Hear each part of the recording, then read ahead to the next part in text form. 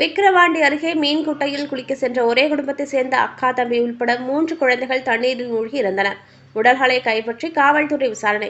விழுப்புரம் மாவட்டம் விக்கிரவாண்டி அடுத்த பொன்னாங்குப்பம் கிராமத்தை சேர்ந்த சபரிநாதன் கூலி தொழிலாளியான இவர் மகள் கனிஷ்கா வயது 8, மகன் லத்தீஷ் வயது 5, மேலும் அதே ஊரை சேர்ந்த பெரியசாமியின் மகள் ரஷ்யா வயது 7, மகன் தர்ஷன் வயது 5. இவர்கள் 4 பேரும் அப்பகுதியில் உள்ள புளியங்கொட்டை என்கிற மீன்குட்டை அருகே விளையாடி கொண்டிருந்தனர். பின்னர் கனிஷ்கா குளத்தில் குளிப்பதாக கூறி சென்றுள்ளார். இதனால் அவரை தொடர்ந்த மற்ற 3 குழந்தைகளும் அவருடன் குளிக்க சென்றுள்ளனர்.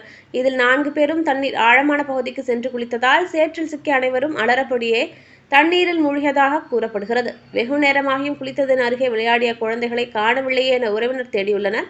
பின்னர் குழந்தைகள் குளத்தில் குளிக்க சென்றதை அறிந்த கிராம மக்கள், அக்கம் பக்கத்தில் இருந்த பொதுமக்கள் உடனடியாக குட்டையில் இறங்கி குழந்தைகளை தேடினர்.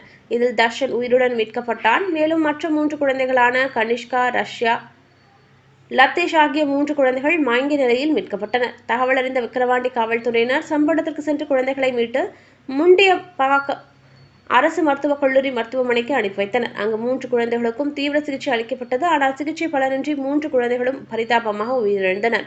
பின்னர் உயிரிழந்த 3 குழந்தைகளின் உடல்களும் பிரேத பரிசோதனைக்காக அனுப்பி வைத்தனர். இச்சம்பவம் குறித்து விக்கிரவாண்டி காவல்துறையினர் வழக்கு பதிவு செய்து விசாரணை மேற்கொண்டு வருகின்றனர். குளத்தில் மூழ்கி ஒரே கிராமத்தை சேர்ந்த 3 குழந்தைகள் உயிரிழந்த சம்பவம் அக்கிராமத்தில் சோகத்தை ஏற்படுத்தியுள்ளது.